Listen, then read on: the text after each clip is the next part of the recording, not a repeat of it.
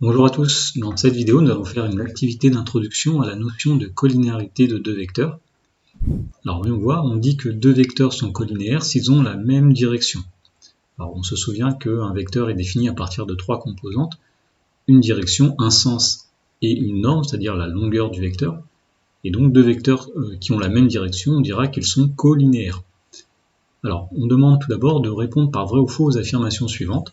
Nous avons une figure ici, nous avons 4 points ABCD et deux vecteurs I et J. Première affirmation, les vecteurs AB et CD sont collinéaires. Alors nous voyons qu'ici, effectivement, les droites qui portent AB et CD sont parallèles, donc les vecteurs sont collinéaires, c'est vrai. Les vecteurs BA et CD sont collinéaires, eh bien c'est vrai aussi, ils ont la même direction. Les vecteurs AB et BC sont collinéaires. Donc, le vecteur AB est ici, le vecteur BC est ici. Les directions de ces deux vecteurs ne sont pas les mêmes, puisque les droites AB et BC ne sont pas parallèles. Eh bien, nous pouvons dire que les vecteurs ne sont pas collinéaires. Les vecteurs AD et CB. Alors, AD est ici, CB est ici. Ces vecteurs-là ne sont pas collinéaires. Les vecteurs 1,5 de AB et DC. Alors, le vecteur 1,5 de AB, c'est le vecteur qui va être obtenu en prenant la moitié de AB.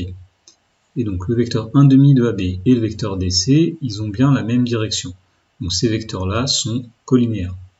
Les vecteurs AD et J, donc le vecteur AD est ici, le vecteur J est ici, effectivement ils sont collinéaires. Et enfin les vecteurs BC et I sont collinéaires. Et bien cette affirmation est fausse, puisque la direction du vecteur I n'est pas la même que la direction du vecteur BC. Alors pour bien comprendre cette notion de vecteur collinéaire, dans la question B, on va nous demander de tracer des vecteurs qui sont collinéaires. Alors première question, on demande de tracer deux vecteurs U et V qui sont collinéaires, qui sont différents mais qui ont le même sens. Alors, être collinéaire, c'est-à-dire avoir la même direction, ils ont le même sens, donc s'ils sont différents, c'est uniquement qu'ils n'ont pas la même norme. Par exemple, si nous prenons un vecteur U comme ceci, eh bien le vecteur V qui est ici, eh bien c'est un vecteur qui est collinéaire à U, la même direction, il a le même sens, et il est bien différent puisqu'il n'a pas la même norme, la longueur du vecteur ici n'est pas la même. Deuxième question, deux vecteurs U et V qui sont collinéaires et qui sont de sens contraire. Alors par exemple, nous prenons un vecteur U ici, et puis nous pouvons prendre un vecteur V comme ceci. Nous voyons que les vecteurs n'ont pas le même sens, bien qu'ils aient la même direction, c'est-à-dire qu'ils sont collinéaires. Troisième question, deux vecteurs U et V collinéaires, de sens contraire, et tels que la norme de U est plus petite que la norme de V. Donc cette condition veut dire que la longueur du vecteur U doit être strictement plus petite que la longueur du vecteur V. Alors par exemple, si nous prenons un vecteur U comme ceci, un vecteur V qui a pour sens contraire, mais qui a une norme plus grande, alors nous allons prendre, ceci. Et nous voyons donc qu'effectivement, le vecteur U et le vecteur V sont collinéaires, ils ont la même direction, ils ont des sens contraires, et la norme de U est plus petite que la norme de V. Dernière question, on demande de tracer deux vecteurs U et V qui ont la même norme, mais qui ne sont pas collinéaires. Alors tout simplement, nous pouvons dire par exemple, si nous prenons un vecteur U comme ceci, un vecteur V qui a la même norme, on essaie de faire à peu près ici une longueur qui soit la même, et donc ces vecteurs-là, ils ne sont pas collinéaires, ils n'ont pas la même direction, et pourtant ils ont la même norme. Pour finir cette activité, nous allons voir le lien entre coordonnées et vecteurs collinaires. On va essayer de se rendre compte de quelque chose lorsque des vecteurs sont collinaires.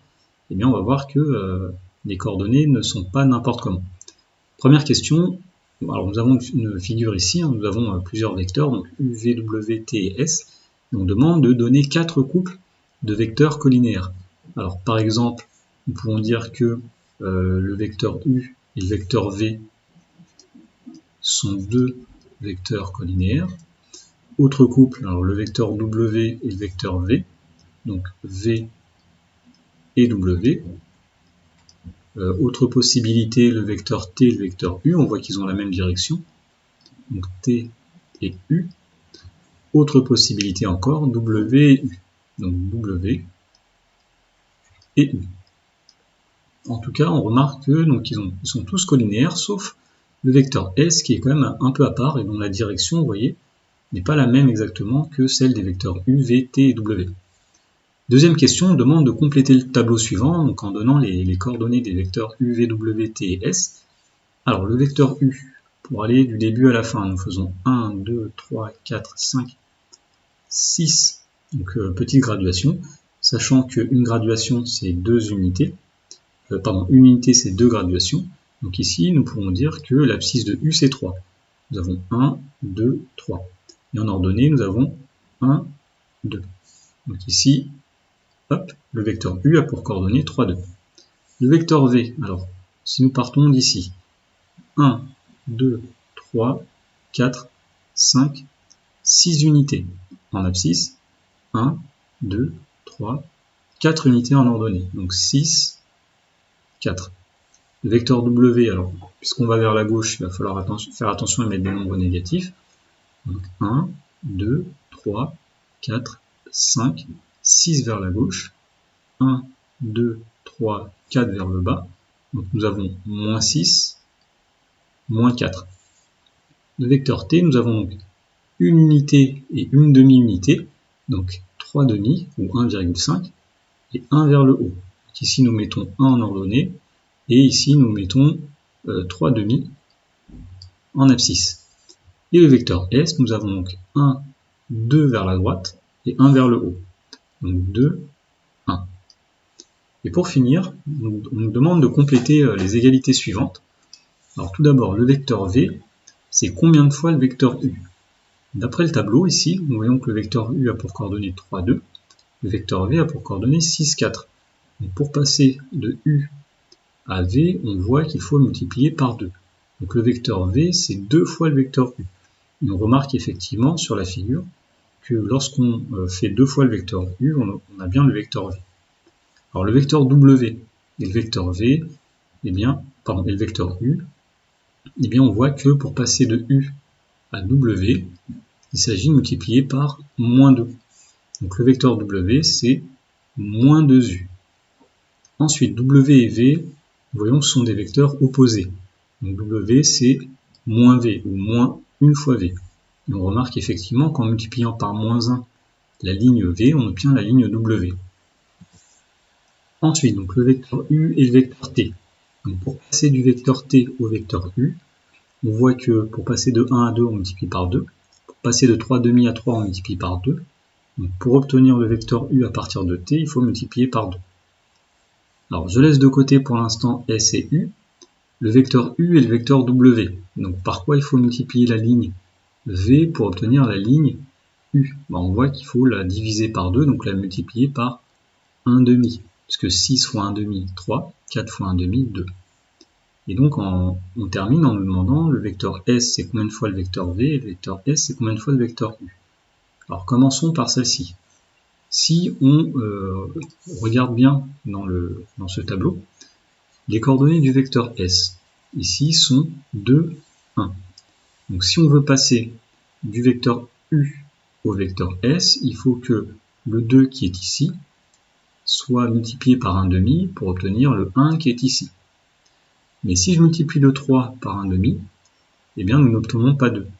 Eh bien ici, cette relation-là est impossible. Il n'y a pas de nombre qui permette de passer de U à S.